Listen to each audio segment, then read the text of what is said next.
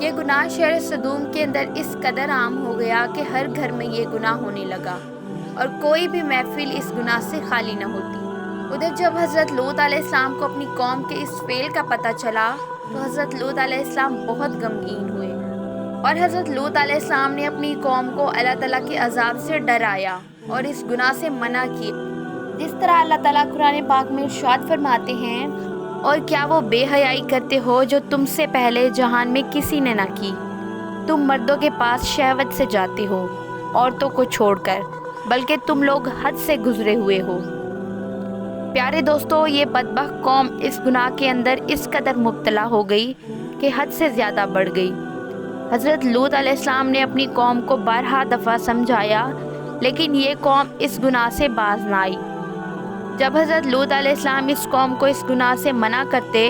تو یہ لوگ حضرت لوط علیہ السلام کو برا بھلا کہتے، اور تو اور نوبت یہاں تک پہنچ گئی کہ حضرت لوط علیہ السلام کو شہر سے نکالنے کی دھمکیاں دینے لگے، جس طرح اللہ تعالیٰ قرآن پاک میں ارشاد فرماتے ہیں،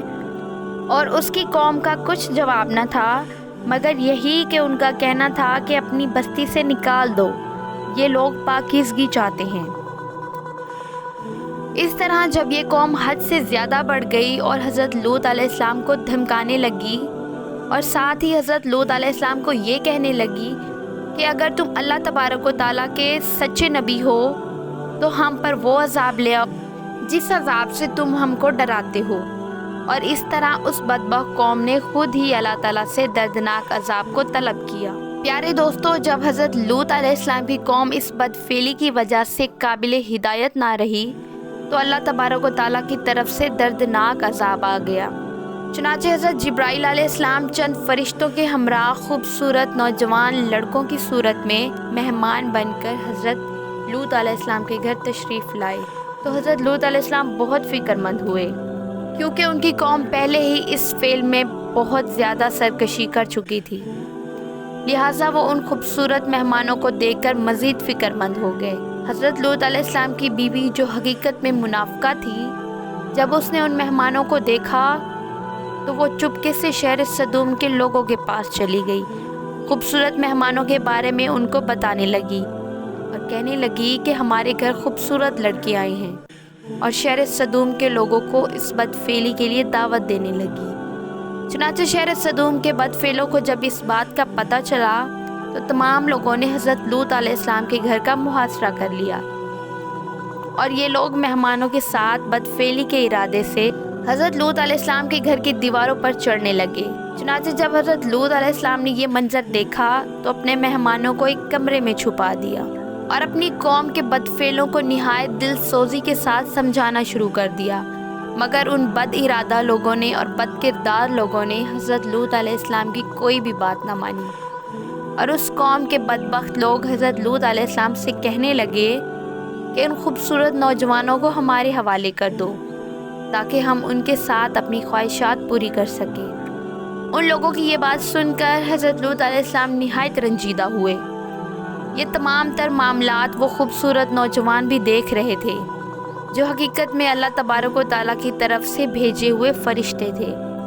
جو اللہ تعالیٰ کا عذاب لے کر نازل ہوئے تھے۔ چنانچہ اتنے میں حضرت جبرائیل علیہ السلام نے حضرت لوط علیہ السلام سے فرمایا، یا نبی اللہ، آپ غمگین نہ ہوں، ہم اللہ تبارک و تعالیٰ کی طرف سے بھیجے ہوئے فرشتے ہیں،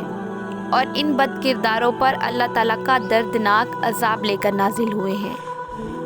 اس وقت رات کا وقت تھا،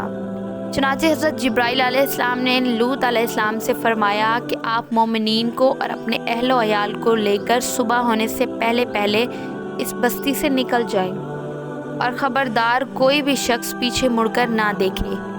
ورنہ جو شخص پیچھے مڑ کر اس بستی کی طرف دیکھے گا وہ بھی اللہ تعالیٰ کے دردناک عذاب میں مبتلا ہو جائے گا۔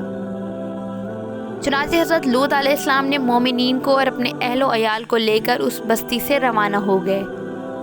اس کے بعد حضرت جبرائیل علیہ السلام شہر کی 5 بستیوں کو اپنے پروں پر لے کر آسمان کی طرف بلند ہوئے، اور کچھ اوپر جا کر ان 5 بستی کو زمین پر الٹ دیا،